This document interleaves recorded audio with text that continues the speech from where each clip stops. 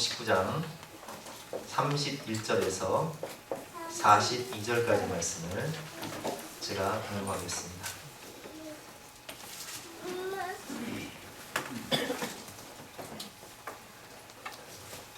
이날은 준비일이라 유대인들은 그 안식일이 큰 날이므로 그 안식일의 시체들을 십자가에 두지 아니하려 하여 빌라도에게 그들의 다리를 꺾어 시체를 치워달라 하니 군인들이 가서 예수와 함께 못 박힌 첫째 사람과 또 그 다른 사람의 다리를 꺾고 예수께 이르러서는 이미 죽으신 것을 보고 다리를 꺾지 아니하고 그중 한 군인이 창으로 옆구리를 찌르니 곧 피와 물이 나오더라. 이를 본 자가 증언하였으니 그 증언이 참이라. 그가 자기의 말하는 것이 참인 줄 알고 너희로 믿게 하려 함이니라. 이 일이 일어나는 것은 그 뼈가 하나도 꺾이지 아니하리라 한 성경을 응하게 하려 합니다. 또 다른 성경에 그들이 그 찌른 자를 보리라 하였느니라.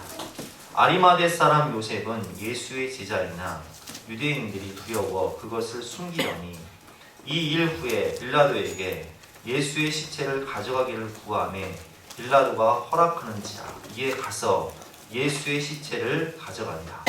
일찍이 예수께 밤에 찾아왔던 니고데모도 몰약과 침향 섞은 것을 100리터쯤 가지고 온지라.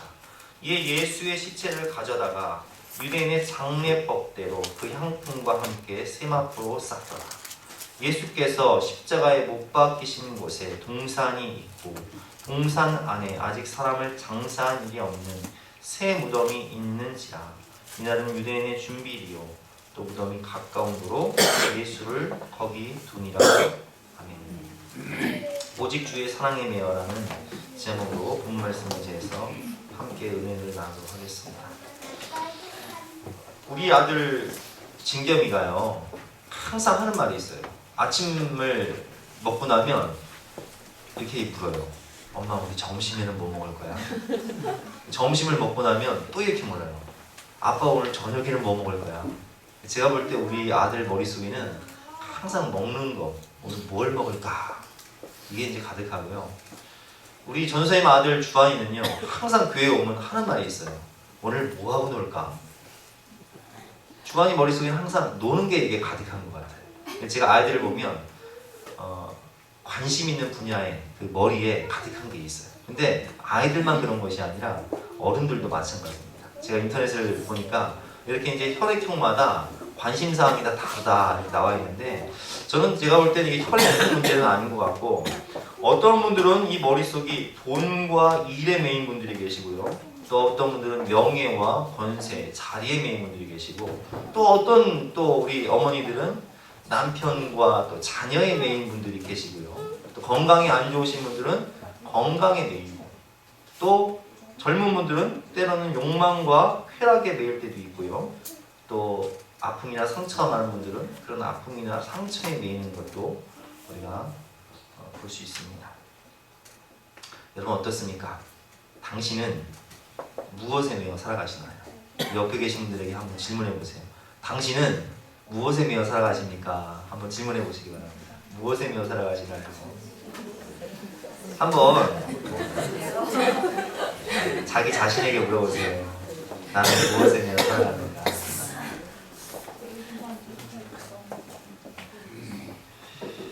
우리는 무엇에 매여 살아가야 할까요?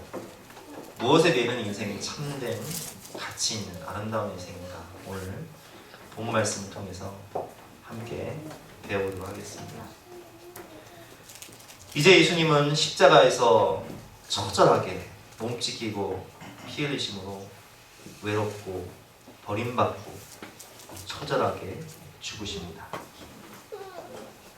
정승이 죽으면 문상객이 뜸하지만 정승집 개가 죽으면 문상객이 많다는 속담이 있지요.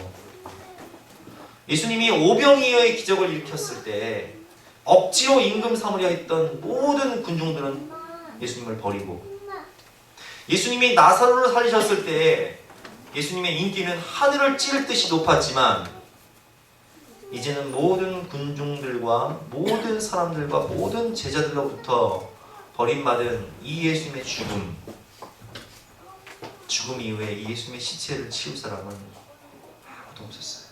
나서는 사람이 없었어요. 그런데 이때 모두가 외면하고 버림받은 이 예수님의 시체를 요구하며 장례를 치르고자 용기를 내고 본디오 빌라도에게 찾아간 사람이 있습니다. 본문에 아리마대 요셉과 니고데모죠. 오늘 본문 38절부터 42절까지 말씀 보시겠습니다. 아리마대 사람 요셉은 예수의 제자이나 유대인들이 두려워 그것을 숨기더니 2일 후에 빌라도에게 예수의 시체를 가져가기를 구하매 빌라도가 허락하는지라. 이에 가서 예수의 시체를 가져가니라. 일찍이 예수께 밤에 찾아왔던 니고데모도 몰약과 침향 섞은 것을 100리트라쯤 가지고 온지라. 이에 예수의 시체를 가져다가 유대인의 장례법대로 그 향품과 함께 세마포로 쌌더라. 예수께서 십자가에 못 박히신 곳에 동산이 있고 동산 안에 아직 사람을 장사한 일이 없는 새무덤이 있는지라. 이날은 유대인의 준비일이요 또 무덤이 가까운 거로 예수를 거기 두니라. 아멘.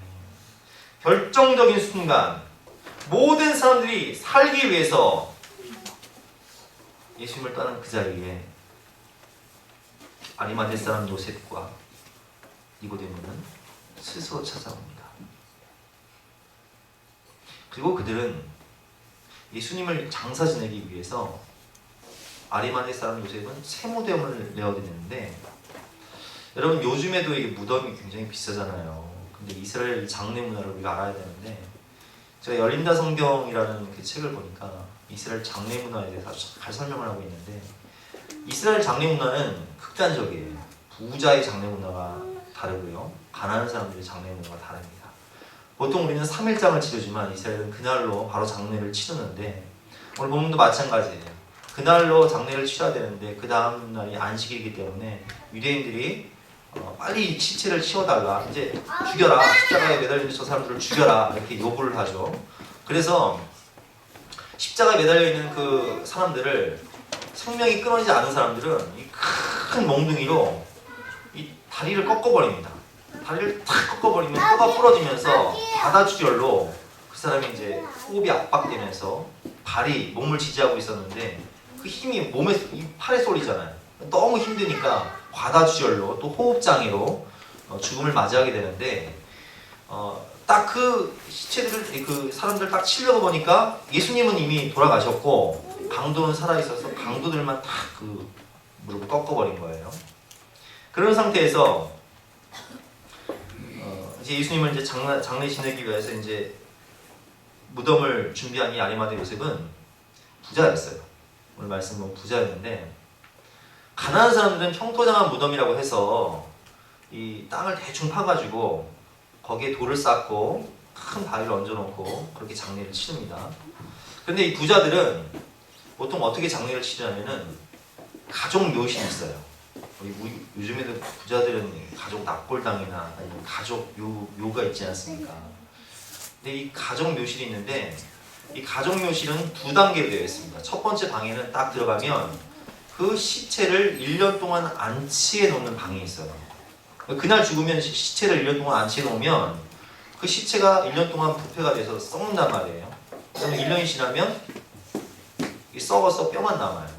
그러면 이만한 돌상자에 그 뼈를 추스려서 담아가지고 뚜껑을 닫고 그 두 번째 방에 있는 가족 묘실에다 딱 안치를 하는 거예요. 예를 들면 성경에 아브라함의 묘실은 막벨라 굴, 그런 케이스죠.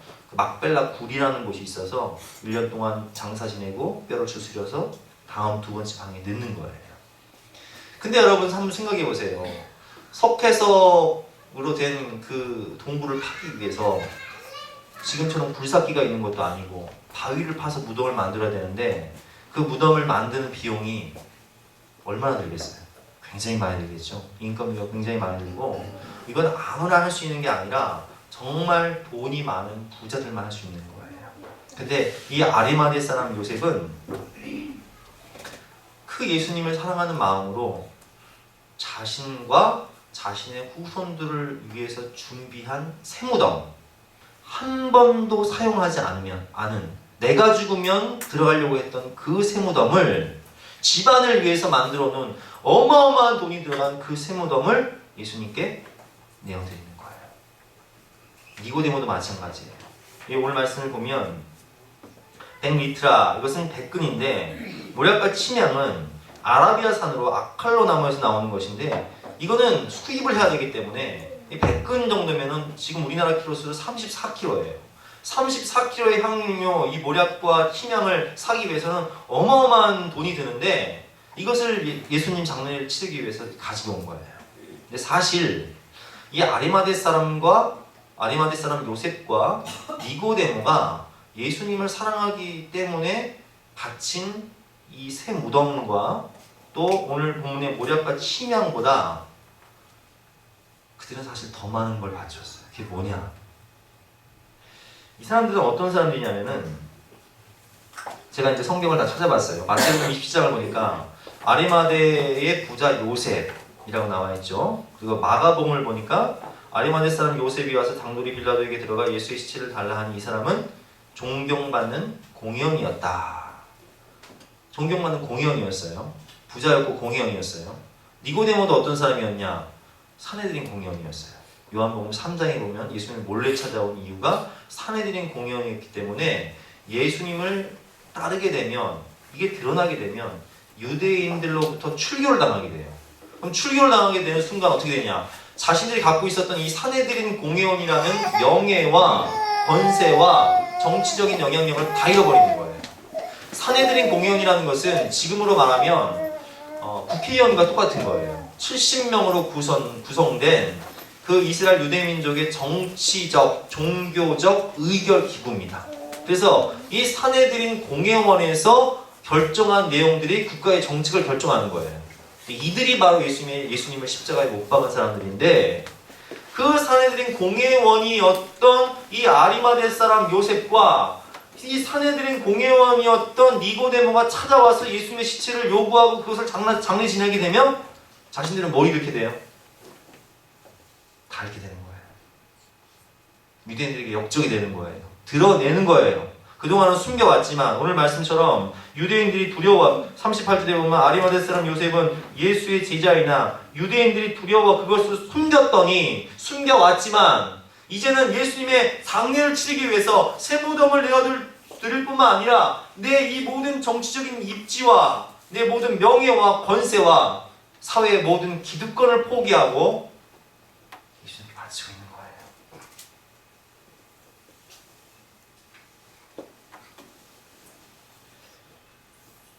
무엇이 그들을 그렇게 변화시켰을까요? 니고데모와 아리마대 요셉이라고 고민을 안 했겠습니까? 자신의 미래가 달려있고 자신의 집안이 달려있고 자녀들이 달려있는데 하지만 그들은 6월절 어린 양으로 오셔서 마지막 피 한 방울, 마지막 물 한 방울까지라도 쏟으시고 오늘 본문의 말씀처럼 로마의 병사가 예수님의 십자가를 매달린 십자가에 매달리신 옆구리를 창으로 쑤시잖아요. 물갈기가 팍 쏟아지시잖아요. 근데 오늘 말씀을 보면 그분의 뼈가 꺾이지 않았다. 이 말씀은 그 출애굽기 말씀을 보면 출애굽기 12장 46절에 이런 말씀이 있어요. 한 집에서 먹되 그 고기를 조금도 집 밖으로 내지 말고 뼈도 꺾지 말지며. 이것은 6월절 어린 양을 먹는 규례인데 출애굽기에 나온 그 6월절 어린 양이 바로 예수님이라는 거예요.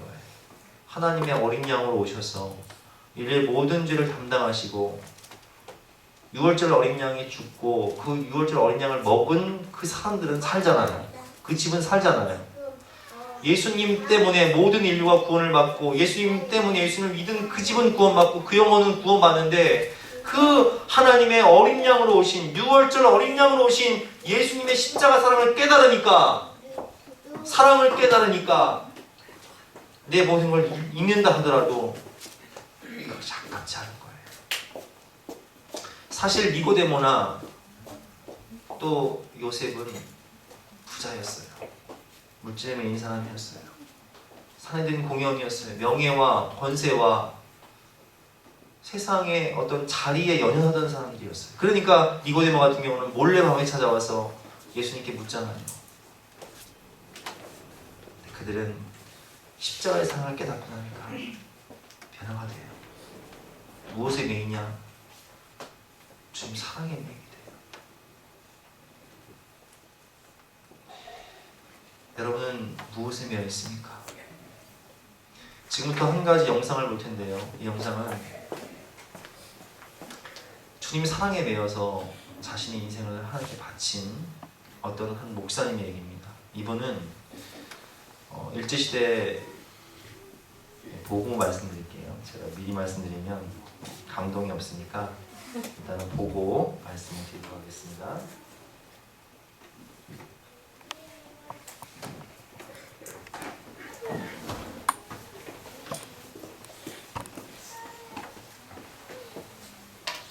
불도 다 꺼주시죠.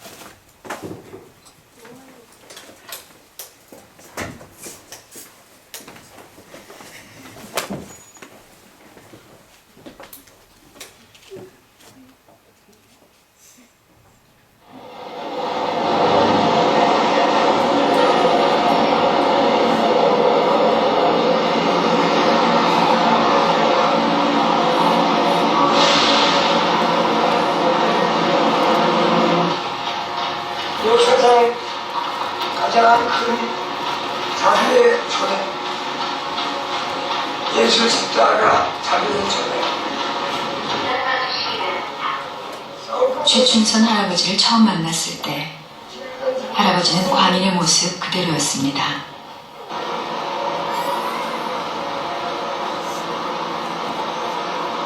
선생님을 성공했습니다. 앞으로도 크게 성공하십니다. 선생님은 빛나는 면, 빛나는 얼굴, 기우주소 복잡하다. 이상한 행색에 쉽게 알아들을 수 없는 말들. 그런 할아버지를 대하는 사람들의 태도는 비웃거나 무시하거나 둘 중 하나였습니다. 시고 아름다운 미스 코리아 누가?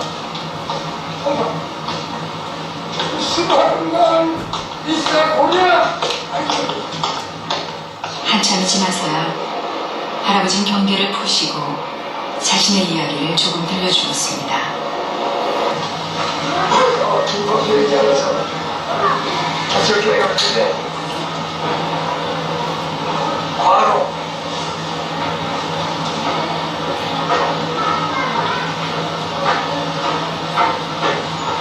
할 수 없는 병이 그래서 이제로 왔는데 젊은 중에 소망하고 한량한 분이 중에 교회를 보자 찬송해 주시면서 경도 고쳐주시고 책임지시고 죽어가던 자신을 살려주신 그 은혜를 보답하기 위해 이렇게 맨발로 복음을 전한다는 그 한마디를 던지시고 할아버지는 도망치듯 사라지고 말았습니다.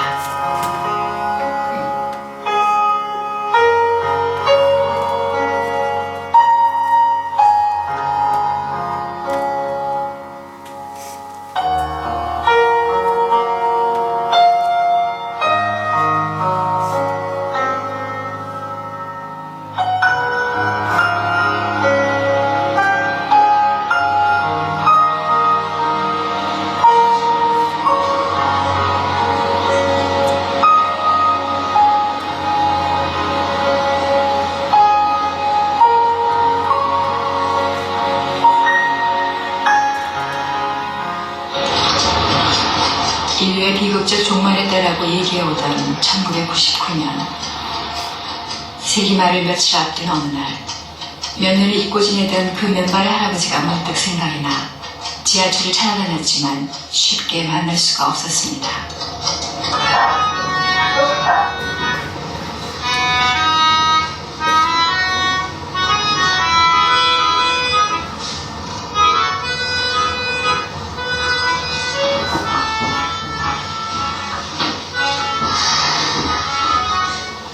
그때 갑자기 거짓말처럼 눈앞에 할아버지의 맨발이 나타났습니다.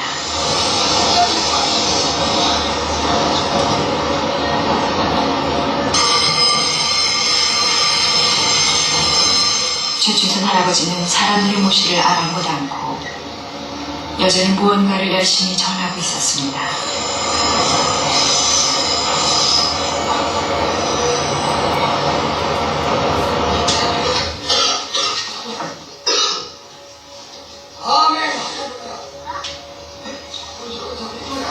몇 년 전 일인데도 기억이 나시는지 손을 한번 흔드시고 또다시 사라져버리고 말았습니다.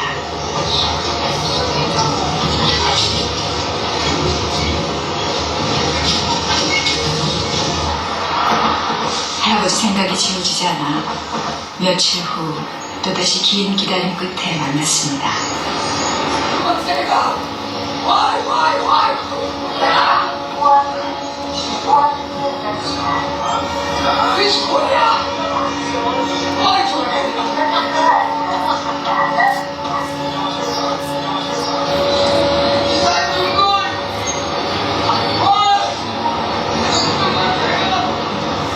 누구도 알아들을 수 없는 그 말들, 그 누구도 관심두지 않는 그 주장을 할아버지는 왜 그리 열심히 외치시는 것일까 안쓰럽기조차 했습니다. 또다시 사라지는 할아버지를 이번엔 뒤따라갔습니다. 할아버지 어디 가시는 거예요? 내 친척나 예? 아무것도 없잖아. 이해합니다. 선문답 같은 말만 툭 던진 채 무관심한 표정으로 할아버지는 자기 길만 갔습니다.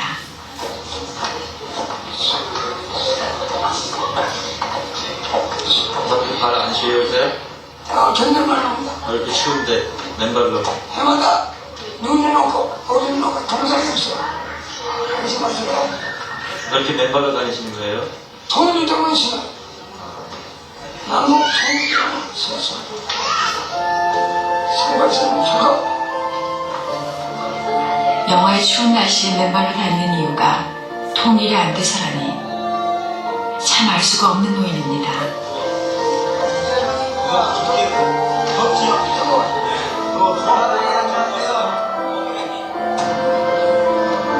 이거는 뭔가요? 할아버지에 대해 좀 더 알아보고 싶어 할아버지 뭐라고 쓰셨네요? 자꾸 말을 걸었지만 숙명처럼 가야 할 길을 앞둔 사람처럼 그저 묵묵히 가기만 했습니다.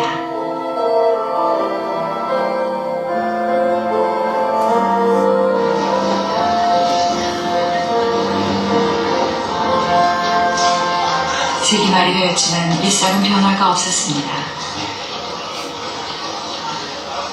10여일 만에 또다시 할아버지를 찾아 나섰습니다.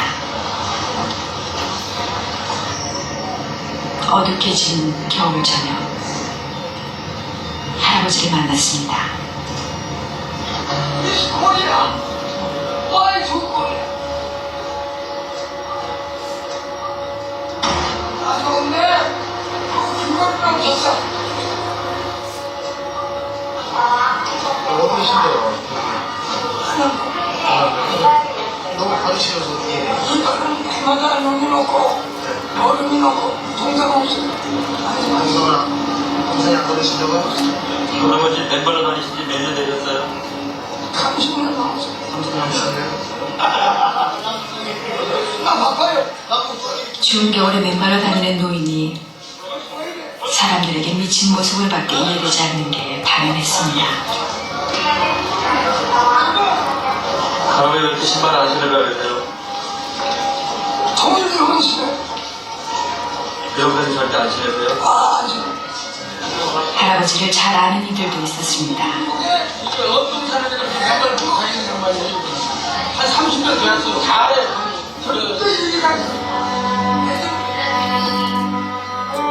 통일이 오면 쉽게 놀아 완강히 거부하던 할아버지는 결국 지하철 직원들에게 끌려나갔습니다.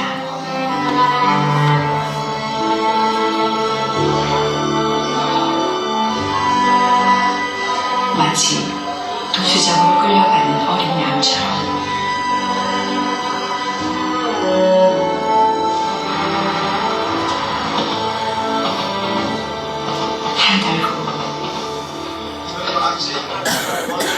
맨발의 최춘선 할아버지를 변함없이 지하철에서 만날 수 있었습니다.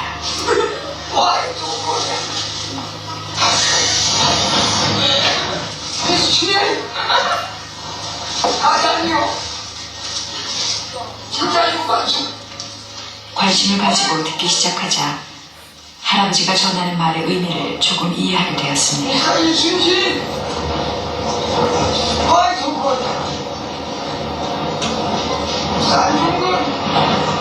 유관순, 안중근, 이수신 같은 이들이 진정한 한국인이며 그런 정신을 가진 이들이 있다면 Why to Korea? 왜 두 개의 분단된 코리아가 있겠느냐는 뜻이었습니다. 알고 나니 참 의미 있는 말이었습니다. 자녀들은 계세요? 원하네. 원하는데 다 교육가들이. 교육 가세요? 네. 할아버지가 이렇게 나와 계신 걸 자녀들이 다 아세요? 알지. 네. 유명한 데가 승세 은가시게 누가 말해 사명은 각자각자입니다.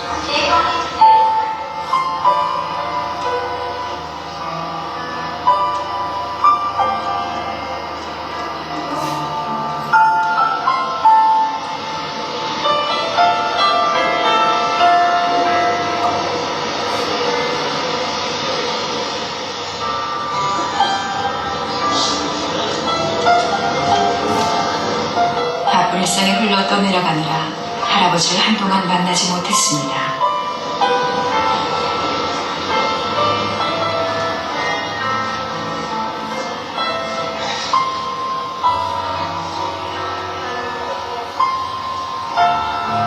눈이 내리던 새천년의 겨울. 할아버지가 보고 싶어서 한참을 찾아다녔지만 만날 수가 없었습니다.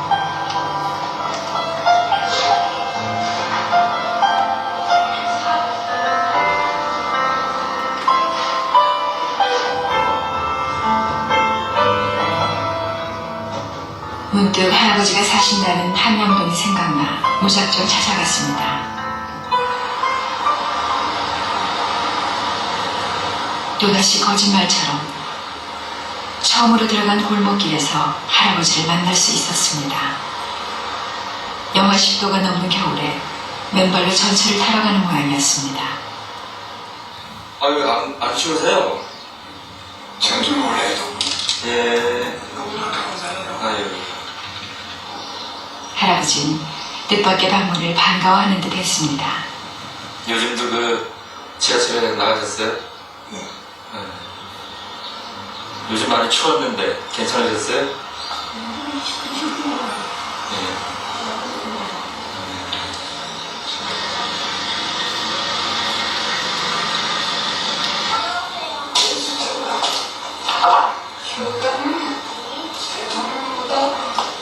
한국이요. 네. 효단은 제가 중년보다 성우. 할아버지가 잘해줘? 네. 어떤 할아버지야? 이 친구 할아버지인데요. 좋으세요? 저렇게 하고 다니시는데 무섭지 않아? 처음엔 무서웠어? 아니는 처음. 대중년보다 성우요.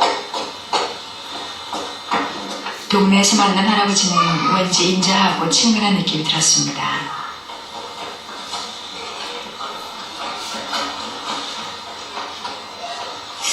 할머니가 이렇게 할아버지 지하철이나 이런 데 나와서 그 말씀 전하시는 거 아세요?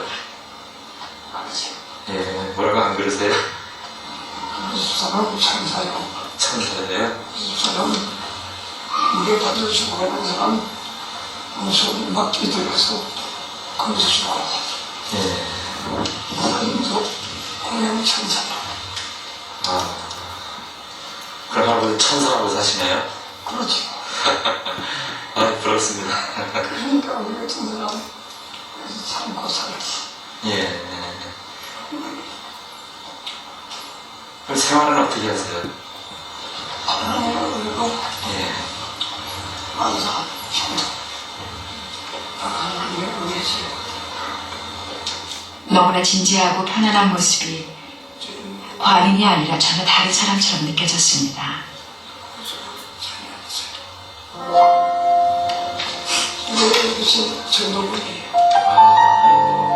할아버지가 붙이신 거예요? 네. 앞으로 비난해도 북경에도 도저히 오지 않겠네. 잡지의 사진과 문구들로 만든 할아버지의 전도지는 그 어디에도 없는 독특한 것이었습니다.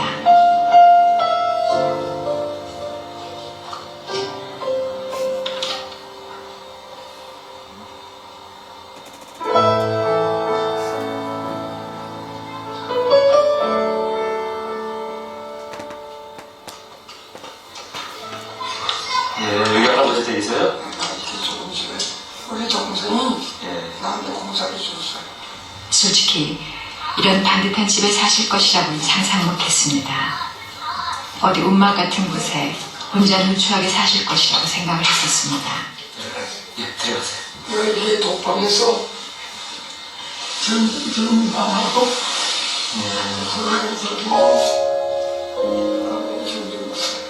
전도문을 만드는 할아버지의 작업실 벽에 시선을 끄는 문구들이 있었습니다. 가까이서 대하는 동네 아이들에겐 할아버지는 미친 노인네가 아니었습니다.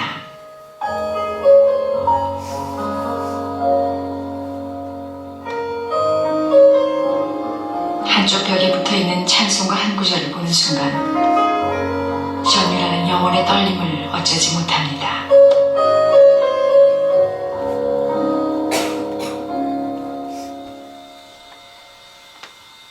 괜찮으세요. 너무나 감사해요. 제일 좋은 방석을 권한 할아버지는 자꾸 이것저것 가져다 줍니다.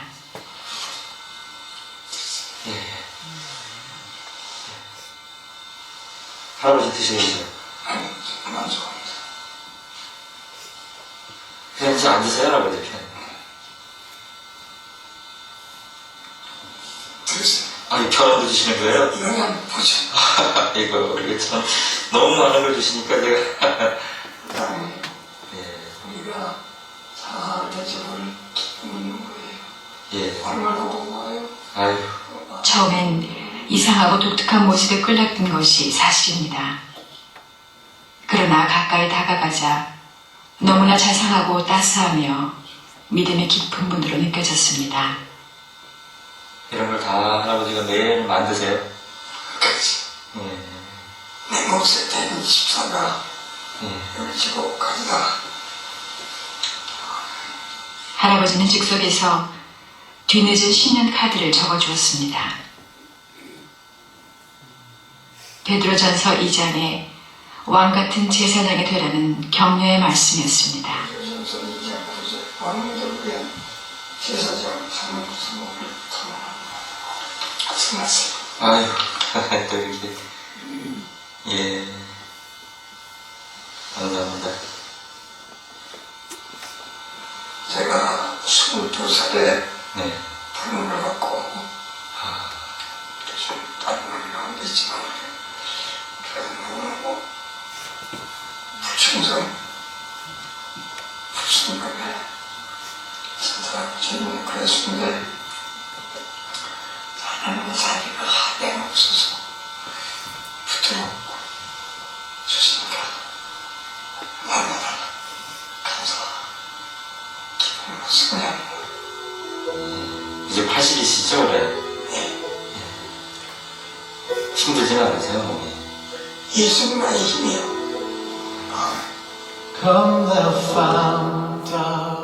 한마디 한마디가 영혼 깊숙이 강한 힘으로 파고들었습니다.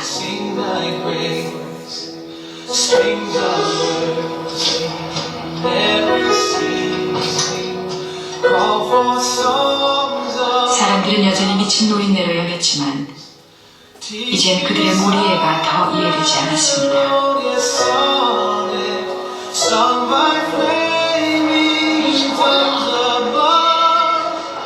Praise His name, my face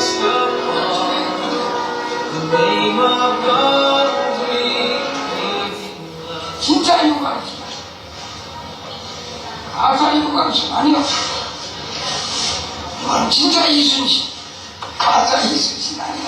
진짜는 보기 힘들고 가짜뿐인 세상을 향해 할아버지는 외롭게 증거하는 선지자 같아 보였습니다.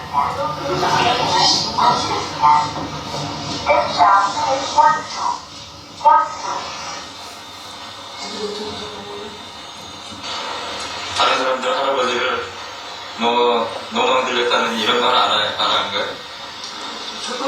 뭐라고 이렇게 그런 사람 보면 기분이 어떠세요? 예. 다시 할아버지 집을 찾아갔을 때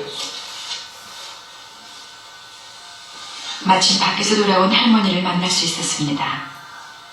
안녕하세요, 할머니. 예. 예, 할아버지가 우리 할머니가 천사라고 그러십니다. 한 사람인데 우리가 좀 바보가 살고 있어요. 위대한 분이신데, 아이고, 말씀. 아이고. 생명의 천사예요. 아이고, 추운 때에 예, 홍수가 났는데 예. 애기가 뚱뚱 내려갔는데 누구도 돌아보는 사람이 없는데 수영도 못하는 사람 막 뛰들어서 건져냈어요. 아, 우리 할머니가요? 예, 생명의 천사. 할아버지는 아이처럼 할머니 자랑에 열심입니다. 그래도 세 사람 나까지 포함해서 4명의 생명의 9명의 천사예요. 할아버지도 구하셨어요? 아이 나도 죽어보는구나 이 양반에. 때문에 우리가 고아들을 많이 데리고 있었죠. 예. 네. 고아들을 많이 데리고 그 당시는 서울역이나 어디 거지들을 많았잖아요. 예. 그리고 또 지금처럼 노숙자들도 있었고 예. 그런 분들을 전부 데리고 오시고 그러니까 뭐 국가의 보조를 받고 나오는 단체에서 보조를 받은 일 없이 예. 고아들을 많이 불러냈었는데 예. 공항에 들어가는 그 큰 도로에서 저 인천 국도까지 예. 전부 제 땅이었는데 아, 그렇게 말하셨어요? 예. 결국은 이제 그 땅을 우리가 3,000평만 쓰고요. 예. 나머지 전부는 동리가 3동리인가 4동리로 갈라져서 이루어졌어요. 예. 그분들이 전부 이북에서 피난 오신 분들, 예. 그렇지 않은 가난한 분들 예. 그런 분들에게 다 주셨어요. 네. 모셔서 서거적대기만이라도 이렇게 칠 수 있는 자리 주십시오. 하면 띄워주고 띄워준 것이 동리가 선화동리가 된 거지. 대단한 부잣집의 아들이었던 할아버지는 하나님의 은혜를 깨닫고 난 후 그 모든 걸 가난하고 병든 이웃들을 위해 나누어 주었다고 합니다. 내 돈이 아니고 하나님의 돈이니까. 할아버지가 그런 신앙을 가지게 된 것은 젊은 시절 일본에서 공부할 때였다고 합니다. 공부 많이 시켰어요. 일본까지 보내주시오. 아, 할아버지 공교육을 하셨어요? 예. 혹시 김교신 선생이라고 들어보셨나요? 김교신. 예. 예. 그분들 동경미학 하셨는데. 함석환 선생하고 같이. 예. 만나지 못했지만 그 서적인들 갖다가 봤죠. 이 친구가 같이 말하죠. 문화를. 예. 저때의 평화, 저때의 영생, 예. 저때의 사주사유, 예. 사주사유, 평화, 영생. 또 있고, 가가와. 네, 아, 그 할아버지 계실 때 그 시절인가요? 그렇죠. 아. 제가 그 교회에서 세례 받았어요. 아, 그러세요? 가가와 선생님께서요? 아, 그분은 빈민운동 하시고, 이렇게. 가까이 할수록 놀라움만 주는 할아버지였습니다. 만일 이렇게 다가오지 않았더라면 남들처럼 미친 노인으로 여긴 채 스쳐 지나갔을 터입니다. 활동을 김구 선생님과 같이 하시다가 귀국도 같이 하셨던 분이시죠. 할아버지가요? 네. 특히 독립투사로 활동하셨던 분이라 좀 그 독특한 그 뭐가 있잖아요. 우리나라에서. 그러한 정신을 그대로 신한제 김면에 접목시켜서 저렇게 활동하시니까 종파랄까요? 개파에 들어가서 이러시지 않고 지금까지 독립적으로 저렇게 전개하시니까 외롭게 하시니까. 할아버지는 당신만의 깨달음과 방식으로 세상을 향해 외로운 증거의 길을 가고 있었던 것입니다. 어머니 기도한다고 하나님 축복하고 세상에서 부러운 사람이 없고 무서운 사람이 없고 미운 사람이 없고 보기 싫은 사람이 없고 얼마나 감사하시고 부러운 사람이 없는 사람은 본인없이 1등 부자예요. 미운 사람이 없는 사람은 1등 권세. 세상 왕들의 엄마의 권세예요. 미운 사람이 없는 사람. 말세에 세상에 내가 나타줄 때에 세상에 있는 자를 볼 수 있겠느냐. 지금은 고통이라도 아무도 없답니다.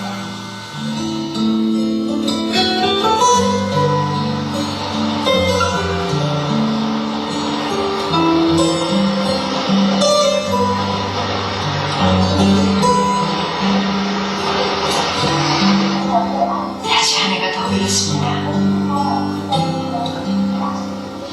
어느 날 뜻밖의 잊고 지내는 할아버지의 맨발을 발견했습니다.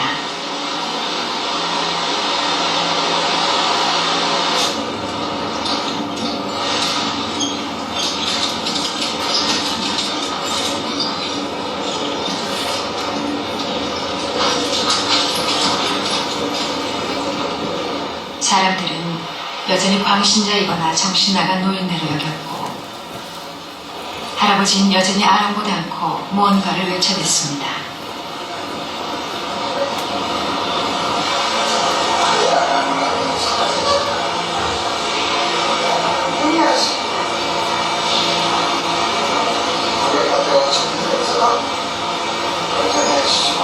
더 야위시고 늙은 모습으로 외치는 할아버지의 말씀은 무관심과 소음 속에 거의 들리지가 않았습니다.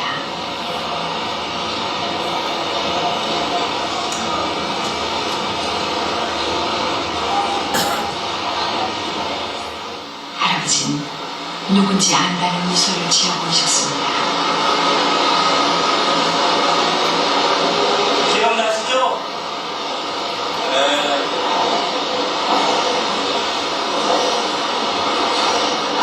그동안 계속 이렇게 나오셨어요, 지하철에?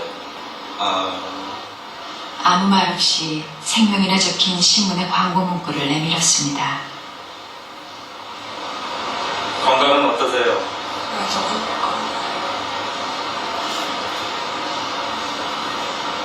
전보다 좀 몸이 안 좋으신 것 같은데 괜찮으세요?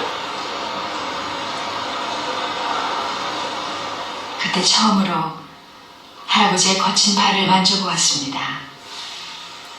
왜 그랬는지 그저 만지고 싶었습니다.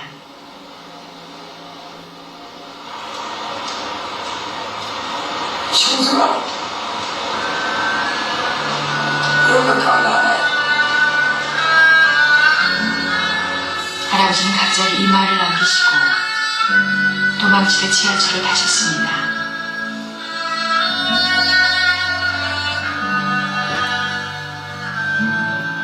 그리고는 아주 먼 곳으로 가시는 것처럼 손을 들어 안녕을 보겠습니다.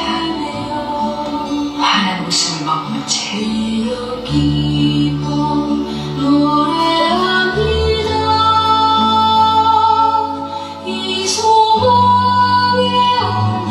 그것이 할아버지와의 마지막 만남이었습니다.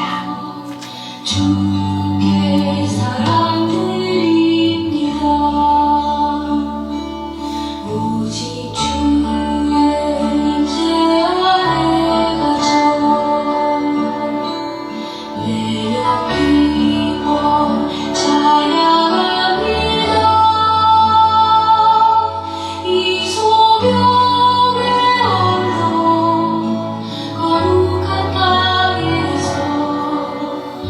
주께 예배드립니다. 주께서 주신 모든 은혜 나를 말할 수 없네. 내 영혼 즐거이 주 따르옵니다.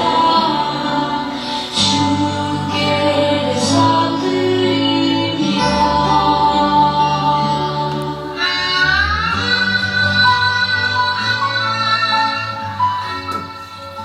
이 촬영을 마치신 다음 날 지하철에서 전도하시다가 그 의자에 앉으셔서 돌아가셨어요. 이분은 5개 국어를 하시는 분이었고요. 일본 유학까지 갔다 왔고 김포에 있는 그 땅이 대부분 목사님 거였는데 다 민족을 위해서 내어놓으시고 자녀분도 사실은 다 교육가예요. 또 첫째 아들은 목사님이시고 우리가 볼 때는 참 어떻게 보면 저 어르신이 좀 망령이 들었나 이렇게 생각이 됐지만 사실 그분은 주님 사랑에 매이신 그런 분이셨고 그런 인생을 사시다가 하나님께 멋지게 살았습니다. 여러분 니고데모도 또 마리마다 요셉도 처음에는 술집에 매이고 명예에 매이고 권세에 매인 인생이었지만 후에는 주님 사랑에 매인 인생이 되어서 이 할아버지처럼 쓰임받다가 니고데모 같은 경우는 복음을 전하다가 순교를 당하게 됩니다. 여러분 우리는 과연 무엇에 매여 살고 있습니까? 이 시간 함께 찬양하며 기도할 때 주님 우리가 주님 사랑에 매일 수 있도록 하나님 나라와 영원 구원 하나님 말씀에 매일 수 있도록 나의 영혼을 붙잡아 주시옵소서. 함께 찬양하며 기도하며 나가시겠습니다.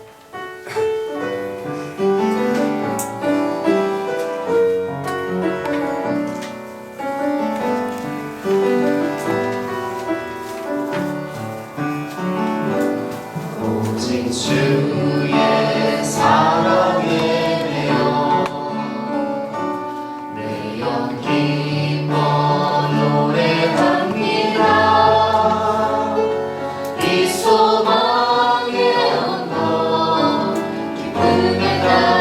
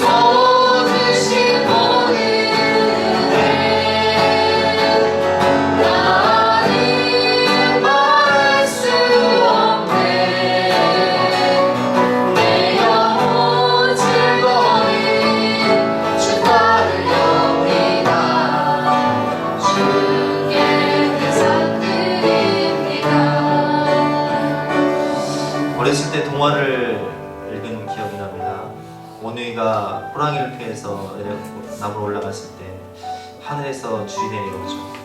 오누이는 그 줄을 붙잡고 하늘을 올라가지만 호랑이는 썩은 동아줄을 붙잡고 올라가다가 떨어지는 모습을 보았습니다. 여러분, 여러분이 붙잡고 있는 줄은 어떤 줄입니까? 세상에 썩어질 동아줄을 붙잡고 있지는 않습니까? 시간 함께 기도하실 때 주님, 오직 주님의 사랑에 매이고 영원권에 매이고 하나님 나라와 또 하나님 나라 확장과 북한 교회 재건과 또 세계 선교를 위해 매일 수 있는 인생이 될 수 있도록 가정권에 매일 수 있는 하나님의 그 십자가 사랑에 매일 수 있는 우리의 인생이 될 수 있도록 주여 나를 도와주시옵소서. 우리 간절한 마음으로 주여 성찬하기도 하시겠습니다. 주여! 주여!